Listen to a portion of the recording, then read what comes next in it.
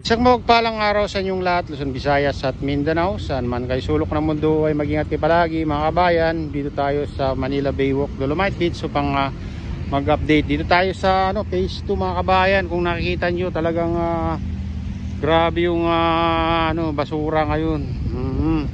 Ito yung iniwan ni Hana. Ayan.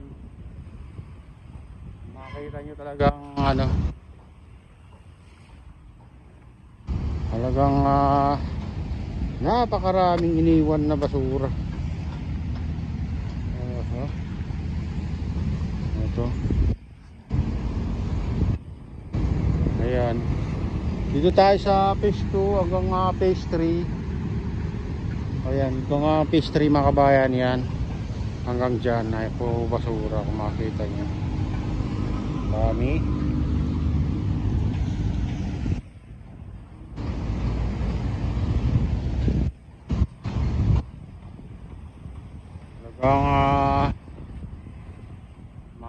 Mga siguro mga ilang araw din siguro lilinisan nila dito kasi napakarami kung medyo malalaki sana madaling linisin, pero ang daming maliliit kaya medyo matatagalan sila mga kabayan, maliban lang kung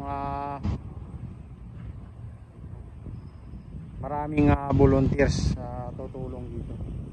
Pero palagay ko mga kabayan sa Sabado o Linggo ay maraming volunteers na tutulong dito.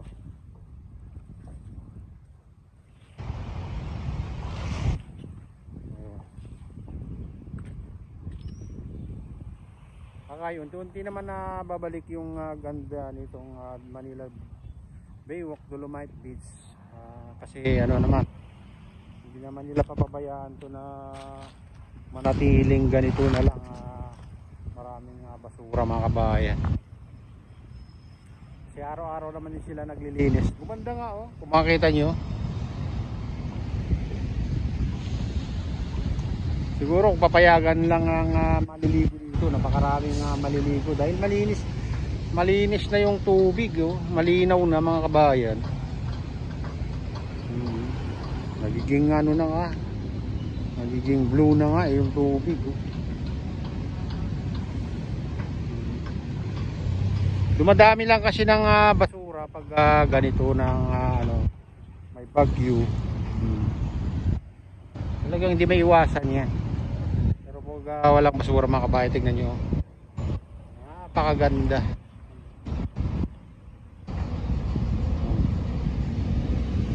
Ito talagang walang basura dito kasi itong parte na ito mga kabayan, kasi nandito na sa taas yung mga basura.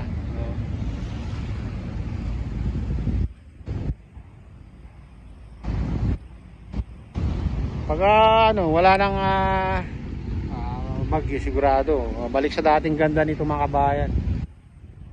Kaya okay mag-alala, babalik sa dati ang ganda itong Manila Baywalk, Dolomite Beach. Kung katulad sana sa ibang bansa na may paglinis sila na machine mga kabayan, ayan, paglinis sana sila doon. Dito sa maliliit na ay napakabilis na matanggal itong mga maliliit na basura. Pati ka coins doon mga kabayan natatanggal doon sa nakita natin sa ibang bansa na paglinis ng beach. Kaya siyempre dito mano-mano lang kasi dito sa Pilipinas mga kabayan, kaya ito medyo matatagalan. Sabagay ang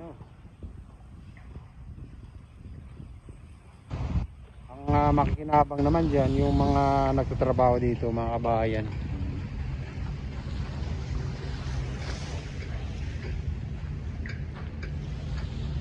Makikita nyo ang ganda ng ang ganda ng view dito mga kabayan.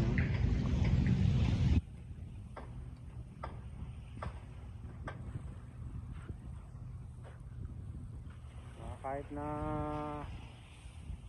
ganito, kung malinis to, napakagandang tingnan ito. Itong dalampasigan. Kasi habang inaampas ng tubig dagat o alon itong dalampasigan, ayan, mas lalo siyang gumaganda. pagmasdan.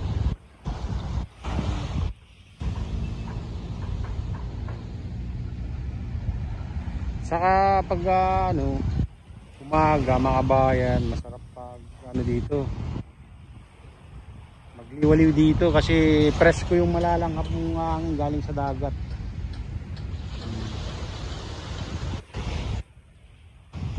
Pero ngayon medyo pa, marami pang basura, kaya ganito, hindi pa masyadong magandang tignan. Pero pag mawala na itong basura mga kabayan, sigurado ay napakagandang pagmasdan itong Manila Baywalk, Dolomite Beach. Ito yung mga napadpad na mga trash boom. Siyempre sa lakas naman kasi ng alon, isipin nyo nakarating dyan, hanggang dyan yung tubig dati mga kabayan. Lampas itong trash boom, dito na itinulak. Kaya hanggang dyan yung tubig ng bagyo.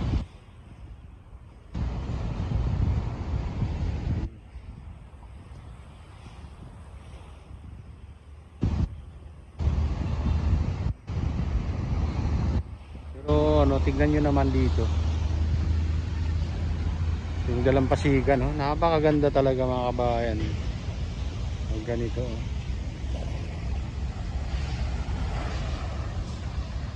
habang hinampas ng alon. Ganda pino yung Grayson mga kabayan.